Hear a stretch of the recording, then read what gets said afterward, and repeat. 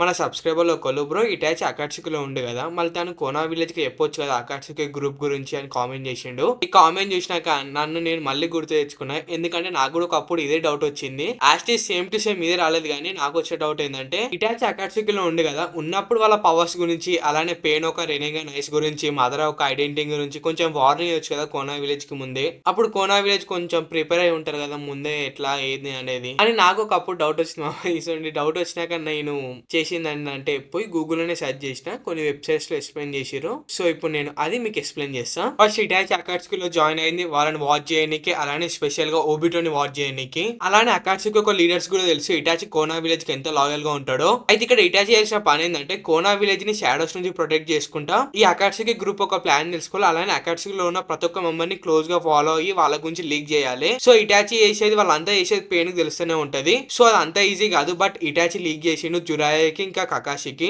Hitachi వాళ్ళిద్దరికైతే అకాట్సుకి group ఒక గోల్‌ని అయితే leak చేసిండు. ఇప్పుడు నేను చెప్పినాకెళ్ళి మళ్ళీ ఒకసారి ఎపిసోడ్ చూడండి మీకు అర్థమైతది. నరుటోని క్యాప్చర్ చేయడానికి పోయినప్పుడైతే మిషన్ అయితే ఫెయిల్ అయ్యేటట్టు చేసిండు. సో, ఆ టైంలోనే తను కొంచెం ఇన్ఫోన్ అయితే లీక్ చేసిండు. ఒక స్పైగా ఇటాచి తన పని తను చేసిండు. ఇక్కడ మిస్టేక్ వాళ్ళదని ఉందంటే కోనా విలేజ్ వాళ్ళదే. ఇటాచి లీక్ చేసిన ఇన్ఫర్మేషన్ కరెక్ట్ గా బుర్రకెక్కించుకొని ఆలోచించిన వాడు ఎవ్వరు లేడు.